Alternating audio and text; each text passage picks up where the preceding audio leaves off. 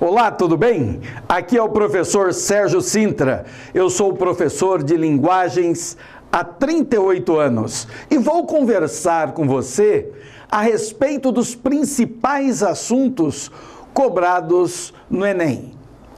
Um deles é as funções de linguagem. As funções de linguagens, que são 6, elas são um assunto bastante fácil, muito fácil.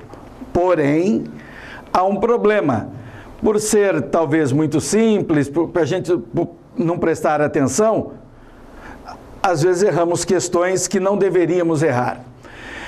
Mas antes de falar das funções, eu vou estabelecer a relação entre cada uma dessas funções e a comunicação.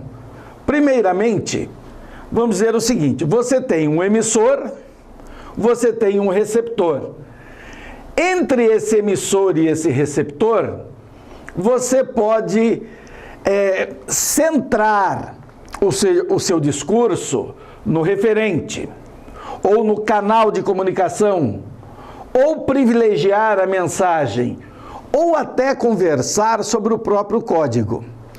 Então, olha, aqui você tem 4 funções da linguagem, e aqui você tem mais 2. Quando é o emissor, nós temos a função emotiva. Quando é o receptor, nós temos a função conativa apelativa, e eu vou explicar cada uma delas. Quando eu privilegio a informação, nós temos a função referencial. Quando eu testo o canal de comunicação, nós temos a função fática. Quando eu elaboro a linguagem, nós temos a função poética. E quando eu discuto o próprio código, a própria escrita, ou o próprio desenho, ou a própria pintura, nós temos a função metalinguística. Então vamos à primeira das funções. A função referencial ou denotativa, ela privilegia o contexto, a informação. E aí, daqui a pouco, nós vamos detalhá-la melhor. A função emotiva ou expressiva, ela é centrada no emissor, na primeira pessoa. A função conativa apelativa é no receptor. Observe bem as propagandas e já falaremos disso. A função metalinguística é a que privilegia o código, né? Que é a própria elaboração dos conceitos. Os dicionários são essencialmente metalinguísticos. E a função poética, talvez a mais bela de todas, né? Porque discute a mensagem. Todorov, aliás, o russo Todorov, diz que a função poética nada mais é do que o estranhamento da linguagem, o falar diferente, né? Que nós vamos discutir mais à frente. Bom, a primeira delas, a função referencial. E aí você vê essa imagem desse jornal, porque é isso. A função referencial ou denotativa é centrada na informação, no contexto. Ela se caracteriza pela objetividade, pela clareza, por ser direta. Então, função referencial relaciona-se ao referente, à informação, ao contexto. É a mais fácil de todas, com a qual você convive aí no dia a dia, ao assistir um telejornal, ao ler um jornal, uma revista, ou até mesmo ouvir um programa informativo no rádio. Nós temos aqui, o que eu acabei de dizer. A função referencial ou denotativa privilegia, observe bem, privilégio, não é privilégio, não. Tem muita gente que fala aí, privilégio, eu tenho o privilégio de estar aqui. Ou, privilégio, não erre mais, privilégio. Então, privilegia a informação de maneira direta, clara e objetiva. Predomina nos textos científicos e jornalísticos, né? Visa ao conhecimento e ao esclarecimento, à informação. Então, essas são as características da função referencial ou denotativa. Agora a emotiva. Aí você está vendo esse monte de caretinha aí. Esse monte de caretinha. Por quê? Porque a função emotiva expressa os sentimentos, as emoções do emissor. Então é muito simples, né? O que caracteriza essa função é a ênfase no emissor. Portanto, ela é subjetiva, é o predomínio da primeira pessoa, isso é muito importante. É sempre uma visão intimista, é o ponto de vista de quem fala. Ela é unilateral porque é o sentimento, é a opinião do emissor. Então, ela se adequa às opiniões, aos relatos pessoais, né? Então, preste atenção se o texto está em primeira ou terceira pessoa. A próxima que nós vamos ver é a conativa apelativa. Essa função, aliás, é a mais visível para a gente, porque numa sociedade hiperconsumista como a nossa, a propaganda está presente em todos os momentos da nossa vida, principalmente agora com as mídias sociais. Se você pesquisar qualquer coisa na internet, acabou, parceiro, acabou. A partir daí, você vai ficar recebendo mensagens sobre aquele produto que você pesquisou. Eu, outro dia, olhei uma chocadeira elétrica na internet. Eu não aguento mais receber mensagem de chocadeira elétrica, tem de todo tipo. De todo tipo. Então, essa função da linguagem conativa apelativa, ela é centrada na propaganda. E a propaganda é para o outro, não é para o eu. Então, ela privilegia quem recebe a mensagem. Ela privilegia o receptor. Vamos ver esse exemplo aqui. Tá com raiva do namorado? Aí aparece a propaganda de um bombom, morde aqui. Né? E olha esse verbo, morde. Morde aqui, está dando uma ordem, ou fazendo um pedido, né? Então essa função conativa apelativa, ela busca envolver o leitor com determinado conteúdo, para que ele faça alguma coisa, para que ele adote um comportamento. Você vê aí as campanhas em época de carnaval, ou o ano todo, se beber, não dirija, né? Ou no carnaval, use camisinha. Perceba, não dirija, use, são verbos no imperativo, negativo e afirmativo no caso.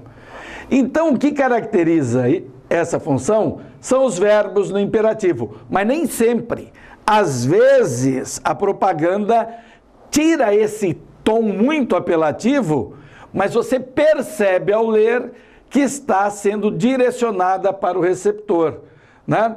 Orações optativas que expressam desejos, vontades, né? E é uma referência, como eu disse, direta ao receptor. Então preste bastante atenção aí. Quando eu digo preste bastante atenção, eu estou fazendo a função conativa ou apelativa da linguagem. Preste bastante atenção nos textos, se forem cartazes que comumente aparecem no Enem, olhe se tem um verbo no imperativo. Caso não tenha, observe se está fazendo um apelo indireto ao consumo ou uma atitude, um comportamento de modo geral. Então, a função conativa apelativa privilegia o receptor. Vamos agora para a função fática. Essa é muito utilizada porque eu acredito que daqui a um tempo os bebês já nascerão com celulares à mão, né? Então, o tempo todo nós estamos usando o celular. E, aliás, mais escrevendo do que falando. Quando falar é mais fácil. Você sabe que a maioria das pessoas que não mandam mensagens escritas, não usam a linguagem verbal escrita e usam a linguagem verbal oral, é porque tem dificuldade com a escrita e não quer escrever de qualquer maneira no celular e nem domina o impernetês, que é uma variante linguística muito comum nos nossos dias. Mas a função fática, ela quer testar o canal de comunicação.